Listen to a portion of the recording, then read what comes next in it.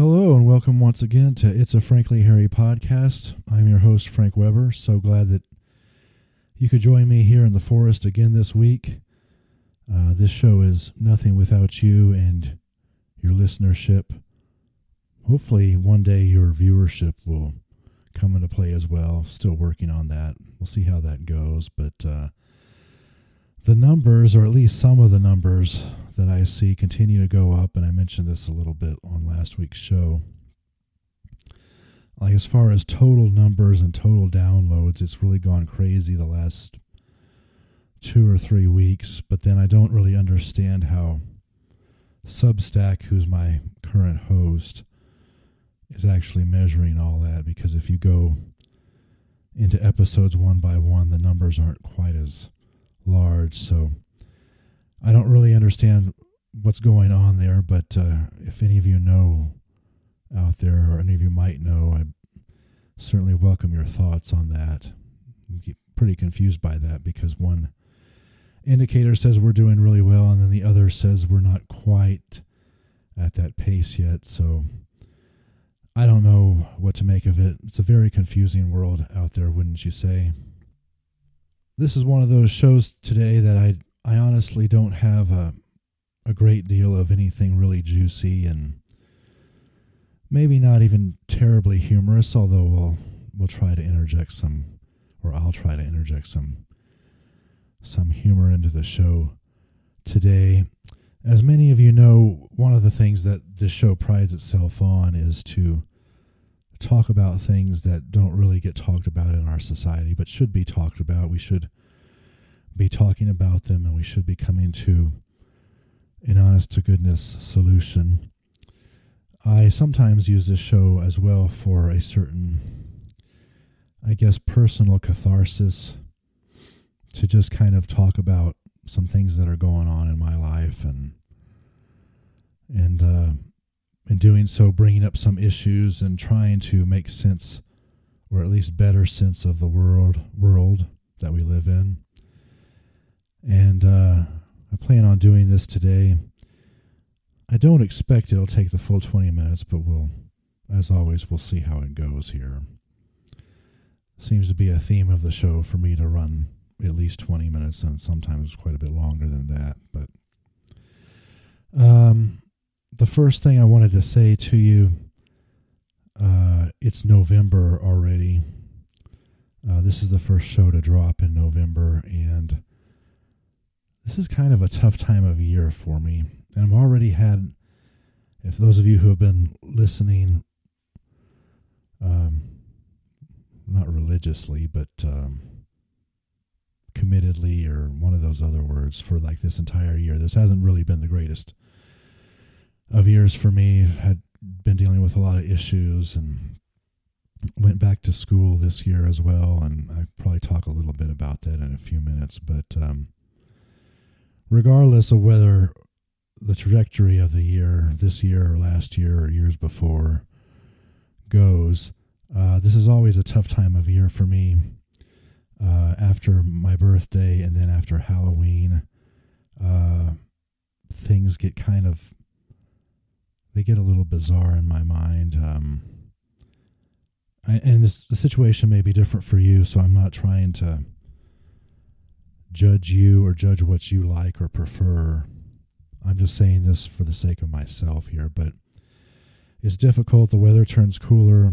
The trees begin to throw up, or vomit, if you will, their leaves, and everything. Their leaves are brown, and the grass turns brown, and everything. And then we have, I'm going to say, 2 big holidays left this year. I'm not really saying anything about New Year's so much, but Thanksgiving, coming up at the end of this month, is obviously a very big holiday. I believe in giving thanks. Christmas in December, or whatever other festival or winter festival or religious festival, you know, maybe Hanukkah or something that you celebrate in December.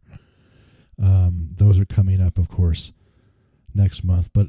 And I appreciate, as a Christian, I appreciate Christmas and everything, but I don't really appreciate the lead up to that holiday and the materialism and the commercialism, which they're starting hot and heavy with, particularly on November 1st. I was very disappointed trying to watch football, and Walmart and some other places are already running their stupid Christmas commercials. And it's kind of the same thing with regard to the changes in commercials that have happened in sports over the years. Like, we used to get a lot of beer and car commercials, and now we get a lot of drug commercials and cell phone commercials, and like even sometimes household cleaning items show up during sporting events, and like those were never part of the deal. And of course, Christmas commercials have always been around, even during sports, but it's just dealing with all the lead up there and just trying to enjoy a game. It's just not for me. And just, being bombarded with those messages all the time. And we had some good games on Saturday the 1st. I really enjoyed watching my alma mater, Texas Tech, play against Kansas State. They had a great victory. It was hard fought. There were some moments when it was definitely in doubt, and enjoyed it despite the fact getting Christmas commercials. And then we had a really great World Series that went to 7 games, and between the Dodgers and the Blue Jays, and the Dodgers pulled it out in extra innings on the road in Game 7, which everybody, baseball used to be this country's favorite sport, and I'll tell you, there's nothing like the postseason and the World Series a lot of times, and baseball truly is a sport where it's not over till it's over, and I don't know why we have sort of turned our backs on it, but it was a very entertaining World Series, and even if you're not a fan of either of the two teams, it was pretty wild. But anyway, I think it was Kennedy from Fox News, the lovely Kennedy, who also has a very robust sense of humor, told some folks years ago that to kind of tamp it down on the Christmas ads and first let the turkey cool. In other words, so we really shouldn't, there's no need for any of that stuff really until Thanksgiving is over. And I'm just so, it's mind-boggling. I mean, they're kind of they were trying to do this with Halloween, in recent years, and some people, they want to celebrate Halloween all month, which is ridiculous because Halloween is a very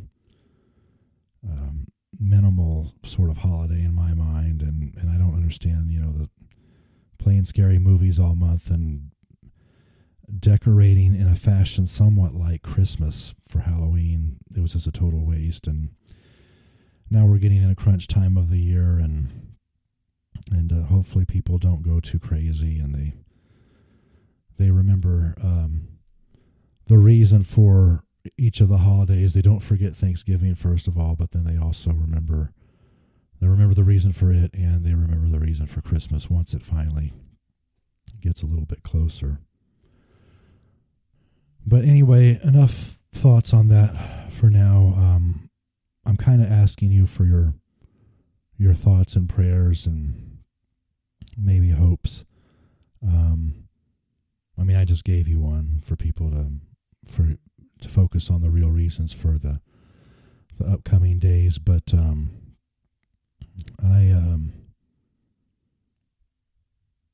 always losing my train of thought on this show. I don't know what it is. Maybe it's old age and all that, but I would request, here it is, I would request that, your thoughts and prayers for me making it through this time, because I know that this time is going to pass, and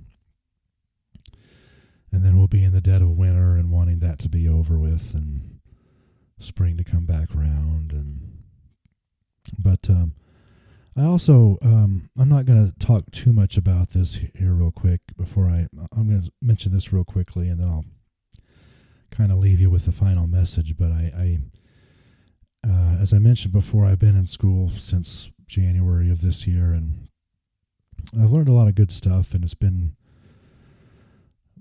mostly a good experience. But now the semester this fall has been kind of difficult, and I've run into some issues and haven't done as well on certain things, and I don't really know entirely why that is, if it's the class or the professor or whatever it is. I am dealing with something that's relatively new in one class, and about an assignment.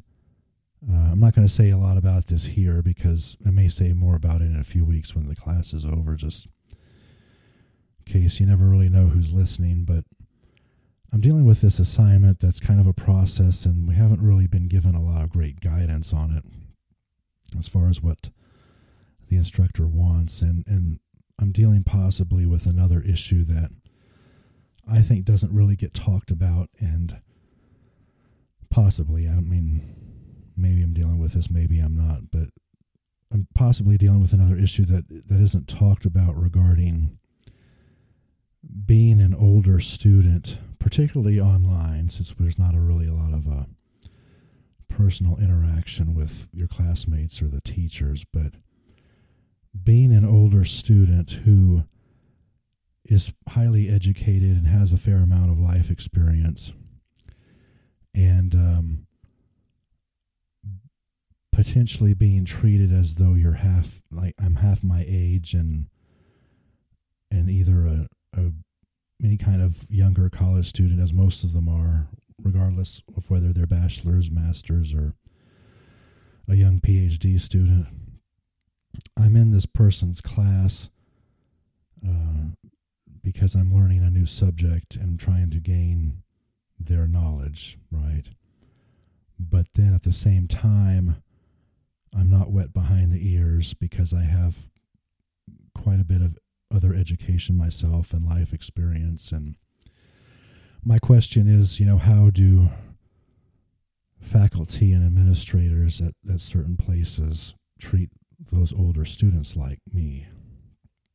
And I don't know, there's some things that kind of rub me the wrong way, and then I'll probably still wind up, passing all these classes and everything. I don't know if they'll be all A's, but that's always a topic that doesn't seem to be brought up, is older students, particularly online, I'm not saying that I should get special treatment or anything like that, but I do think that there's a certain extra level of respect that should be available, because I'm not the typical college student when it all comes down to it.